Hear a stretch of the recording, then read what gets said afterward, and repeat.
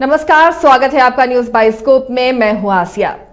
आज चाईबासा दौरे पर पहुंचे गृह मंत्री अमित शाह और कई ऐसी बातें उन्होंने यहां पर कही हैं जो आने वाले दिनों में क्या बीजेपी का यहाँ स्टैंड होगा, बीजेपी 2024 में यहाँ पर किस तरह अपने मुद्दों के साथ चुनावी मैदान में उतरेगी, वो तमाम चीज़ें साफ होती हुई नजर आ रही हैं। खासकर इस सभा से ये भी पता चल रहा है कि बाबूलाल मरांडी का कद भी और बढ़ने वाला है बीजेपी में। बहरहाल ये अमित शाह का जो दौरा है ये झारखंड में बीजेपी को आने वाले दिनों में कौन सी दिशा और दशा देगा, ये समझने की हम कोशिश करेंगे। ये दौरा कितना महत्वपूर्ण रहा ये समझने की कोशिश करेंगे, क्योंकि अमित शाह ने यहाँ पर हेमंत सरकार पर जोरदार हमला बोला है। आदिवासी मुख्यमंत्री ही आदिवासियों की यहाँ उपेक्षा कर रहा है, कई और ऐसी चीज़ें ऐसी बातें उन्होंने बोली हैं। इन सब पर हम विस्तार से समझने की कोशिश करेंगे कि बीजेपी के लिए ये अमित शाह का दौरा कितना फायदेमंद आने वाले दिनों में साबित होगा।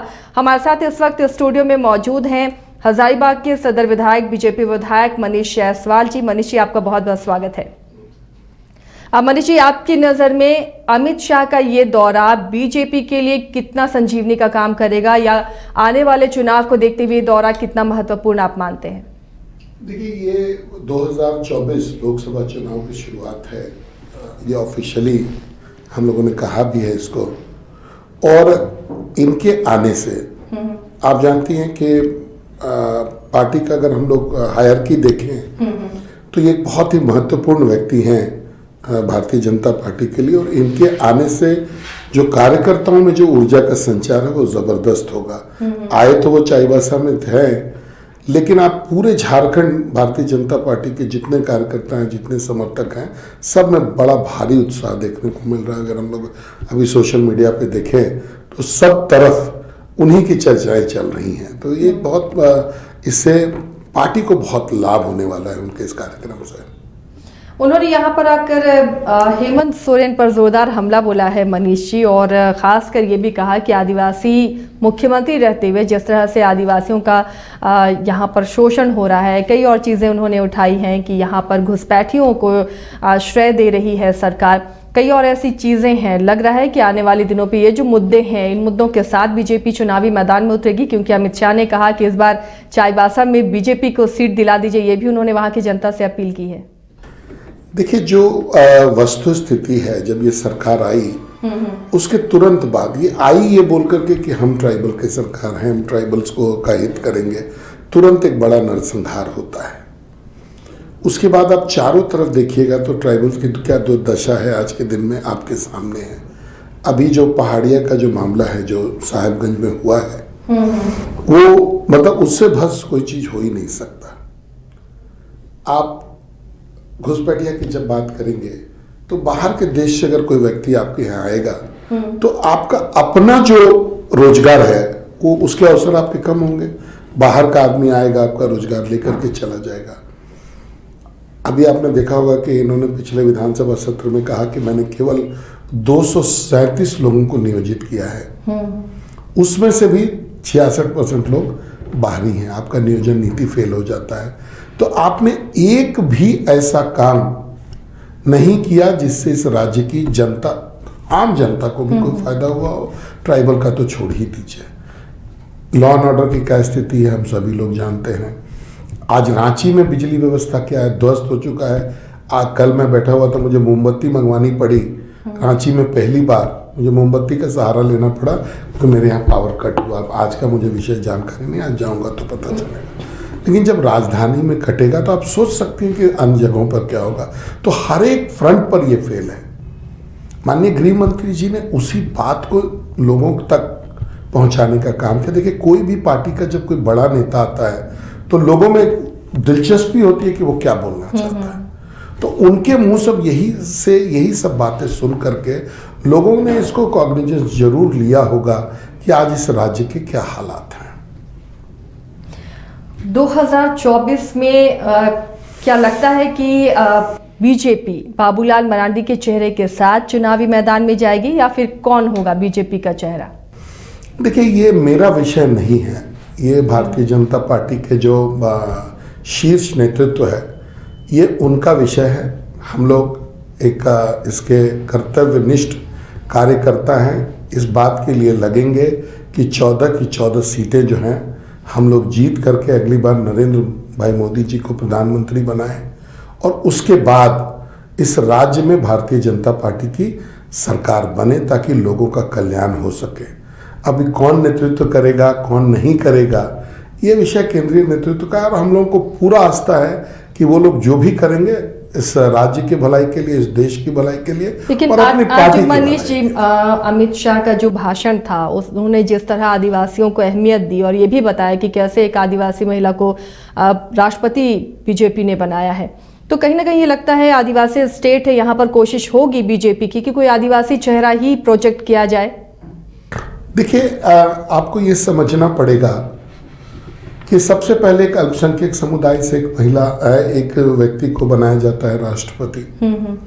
उसके बाद एक एससी समुदाय के लोग को फिर बनाया गया, उसके बाद अभी एसटी को बनाया गया। तो ये सभी को सामान्य अपॉर्चुनिटी देने जैसी बात है। लेकिन वर्तमान में जो बड़ी बात यह है कि एक महिला जो कि बहुत नोन नहीं थी और एकदम गरीब महिला है, सामान्य महिला है, उसको उठा करके एक माननीय बनाना, ये केवल भारतीय जनता पार्टी ही कर सकती है। और अगर हमने किया है तो हम उसको बोलेंगे भी कि भाई हमने आज एक आदिवासी महिला को जो है यहाँ तक उठा करके अपने राष्ट्रपति बनाने का काम किया।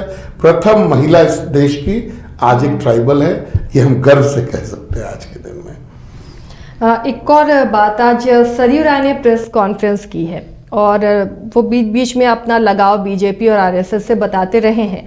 आज भी जो उन्होंने प्रेस कॉन्फ्रेंस की, उन्होंने कहा कि अगर बीजेपी चाहेगी तो उन्हें घर वापसी से कोई ऐतराज नहीं है। क्या बीजेपी ऐसा कुछ चाहेगी? देखिए, फिर से ये विषय जो है ये नेतृत्व का है, ये मेरा विषय नहीं है। तो मैं वैसे माननीय सरयू राय जी आदरणीय रहे हैं, बीजेपी के समर्पित कार्यकर्ता होने के नाते आप क्या सोचते हैं? मैं वही बात को बताने ही जा रहा हूँ कि एक आदरणीय रहे हैं, एक आदर्शवादी नेता भी हैं। अगर बीजेपी में आते हैं तो व्यक्तिगत रूप से मुझे खुशी होगी, लेकिन ये विषय हमारे शीर्ष नेतृत्व का है, मेरा इस पर कोई कमेंट करना उचित नहीं होगा। लेकिन विधानसभा चुनाव में जिस तरह सरयू राय ने बगावती तेवर अपनाए, भले वो रघुवर दास के लिए हो और उनके खिलाफ उन्होंने चुनाव भी जीता, तो क्या लगता है कि जो उस वक्त बीजेपी की हार हुई थी, उन कारणों में से एक कारण ये भी था, अब उस कारण को दोबारा बीजेपी अपने पास रखना या फिर उस गलती को सुधारना चाहेगी? देखिए, जो बीत गया है उसको मड स्लिंगिंग करना अच्छी बात नहीं होती है। जो बीत गया वो बात चली जानी चाहिए, वो बात खत्म हो गई। आगे हम लोग कैसे अच्छा कर सकते हैं, इस पर चिंता करना चाहिए। हमने आपको पहले भी कहा कि सरयू राय जी माननीय हैं, बहुत अच्छे जानकार भी हैं, एक अच्छे, अगर आप कहिए कि संसदीय जीवन के एक अच्छे आदर्श भी हैं। तो अगर वो लौटेंगे तो व्यक्तिगत रूप से मुझे खुशी होगी। बट ये सारे विषय जिस पे आप चर्चा करना चाहते हैं, ये हमारे नेतृत्व का विषय और उन्हीं को ये निर्णय लेना है। चलिए, ये बहुत सेफ साइड वाला जवाब है मनीष जी। और अमित शाह ने आज कहा, सिंहभूम वो पहुंचे थे और कहा कि इतना यहाँ पर खजाना है, सिंहभूम में इतने खनिज संपदा है कि पूरे देश के लिए वो काफी है। तो यानी फोकस बीजेपी का होगा कि इस क्षेत्र का विकास हो, यहाँ में जो खनन या फिर यहाँ की जो खनिज संपदा है उसका सही तरीके से दोहन हो, ताकि उससे देश का भला हो, राज्य का भला हो। क्या कुछ बीजेपी दे सकती है फिलहाल कोल्हान को? देखिए, कोल्हान का जो क्षेत्र है इसमें प्राकृतिक संपदा का सबसे बड़ा सारंडा जंगल, अगर आप कहिएगा तो झारखंड का वो सबसे सघन जंगल है। और झारखंड के जो लैंड परसेंटेज का जो कवरेज है, जंगलों का जो कवरेज है, वो सबसे ज़्यादा वहीं पर है। और जंगल की क्वालिटी भी बहुत अच्छी है। आप झाड़ियों में तब्दील या घास में तब्दील वो जंगल नहीं है। साथ ही साथ वहाँ आयरन ओर भी है। तो एक सबसे पहले तो एक संतुलित जो है अप्रोच रखना पड़ेगा, ताकि हमारा जंगल भी सुरक्षित रहे और हमारी माइनिंग भी हो। और माइनिंग जो हो तो उसका सारा का सारा लाभ वहाँ के जो लोकल रेसिडेंट है, हम सब जानते हैं कि वहाँ पर ट्राइबल पॉपुलेशन का, हो बिरादरी के पॉपुलेशन का एक बहुत बड़ा वर्चस्व है। और इससे वहाँ की जो हो बिरादरी है, अभी आपने सभी को बोलते सुना होगा कि वहाँ के लोग लाल पानी पीने पर आज भी विवश हैं। 2022 की हम लोग बात कर रहे हैं, तो सबसे पहले तो एक जो क्वालिटी लाइफ होता है वहाँ के लोगों के लिए वो इंतज़ाम करना चाहिए, वहाँ के पैसे से, वहाँ के संसाधन से, और उसके बाद एक बैलेंस्ड अप्रोच टुवर्ड्स चाईबासा और कोल्हान के डेवलपमेंट का अपनाना चाहिए, जो कि भारतीय जनता पार्टी की सोच में भी है। आपने देखा होगा कि जहाँ पर भी हम लोगों ने माइनिंग किया है या जहाँ पर भी हम लोगों ने माइंस का ये किया है, वो एक बैलेंस्ड अप्रोच अपनाने का कोशिश किया है कि वहाँ के लोगों को भी लाभ मिले। ये जो DMFT जो है, मिनरल डेवलपमेंट फंड, ये जो है ये भारतीय जनता पार्टी की सोच है और केवल इसी बात के लिए बनाई गई है कि जहाँ से मिनरल निकले उस क्षेत्र का पूरी तरह से विकास हो सके। तो हम लोग कामना करेंगे कि वहाँ भी चाईबासा में भी ऐसा ही होगा। तो चाईबासा चुनने के पीछे रणनीति क्या है? देखिए, ये हम लोग वो सीट हारे थे पिछली बार, 2 सीटें झारखंड से हम लोग हारे थे, तो हम लोगों ने शुरुआत अपने जो नेगेटिव था वहीं से हम लोगों ने किया है, वहीं से चुनाव में जाने का हम लोगों ने संकल्प लिया है। और इस बार संकल्प ये है कि हम लोग 14 का 14 जीते। और यही कोशिश है कि कोल्हान पर फोकस किया जा रहा है। नहीं, देखिए, कोल्हान में हम लोग लोकसभा की भी सीटें हारे थे, उसके बाद विधानसभा में भी हमारा कोई प्रदर्शन बहुत अच्छा नहीं रहा था। तो इसलिए जाहिर सी बात है कि जहाँ हम जिस क्षेत्र में अच्छा नहीं करते, हम अपना फोकस भी वहीं बढ़ाते हैं, तो हम लोगों ने वहीं पर अपना फोकस लगाया है। तो इस फोकस में संताल की भी जगह होगी? जी बिल्कुल है। हम लोग ये तो अभी आपने देखा यहाँ पे, लेकिन केंद्र के मंत्री जो है राजमहल भी आते रहते हैं और वहाँ का भी दौरा उन्होंने किया है, और वहाँ पर भी हम लोग लगे हुए हैं कि देश के विकास में आज जिस तरीके से बीजेपी का योगदान है, तो हम लोग चाहते हैं कि सारा पूरा देश एक साथ मिल करके एक बहुत महत्वपूर्ण जो है बढ़त बीजेपी को दे, ताकि ये देश और बोल्ड निर्णय ले सके और जल्दी तरक्की कर सके। झारखंड में ये 2 क्षेत्र हैं जो हमसे अलग हुए थे लोकसभा में, एक चाईबासा का क्षेत्र था और एक राजमहल का था।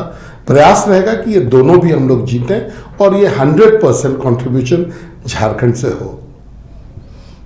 और जो लिफाफा प्रकरण था मनीष जी पिछले दिनों, काफी बीजेपी पर निशाना भी साधा सत्ता पक्ष के लोगों ने, क्या लगता है उसका असर भी जनता पर है, या फिर एक सिंपैथी भी है जेएमएम के साथ कि हाँ हैरेस किया जा रहा है, परेशान किया जा रहा है मौजूदा सरकार को, उसे पाटने की भी एक कोशिश?